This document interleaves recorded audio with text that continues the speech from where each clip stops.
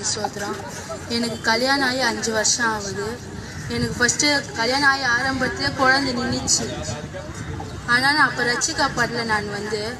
எனக்கு குழந்தை பிறந்தனுமே அந்த குழந்தை சரியில்லைன்னு சொல்லிட்டு டாக்டர் எடுக்க சொல்லிட்டாங்க, அபார்ஷன் பண்ண சொல்லிட்டாங்க. 2 மாதத்துல நாங்கள் குழந்தைய அபார்ஷன் பண்ணிட்டோம். அதுக்கப்புறம் கூட எனக்கு இன்னுமே குழந்தை நிற்கலை.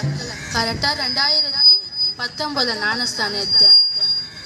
அப்போ கூட எனக்கு நான் குழந்தை நிற்கக்கூடாதுன்ட்டு ஒரு 6 மாதத்துக்கு ஒரு ஊசி போட்டாங்க, குழந்தை நிற்கக்கூடாதுன்னு சொல்லிட்டு. நாங்கள் எவ்வளோ ஹாஸ்பிட்டலுக்கெல்லாம் போய் பணத்தை எவ்வளோ செலவு பண்ணிட்டோம். ஆனாலும் அந்த ரூபெல்லா வைரஸ்ன்ட்டு ஒன்று அது என் வயிற்றில் எஃபெக்ட் ஆகிட்டுக்குது. அது கூட ட்ரீட்மெண்ட் கூட எதுவுமே இல்லைம்மா. குழந்தை பிறந்தாலும் உனக்கு ஊனமாக தான் பிறக்கும், நீ அதனால் அதுக்கு எங்கன்னா ட்ரீட்மெண்ட் எடுத்து தான் பார்க்கணும்னு சொன்னேன்.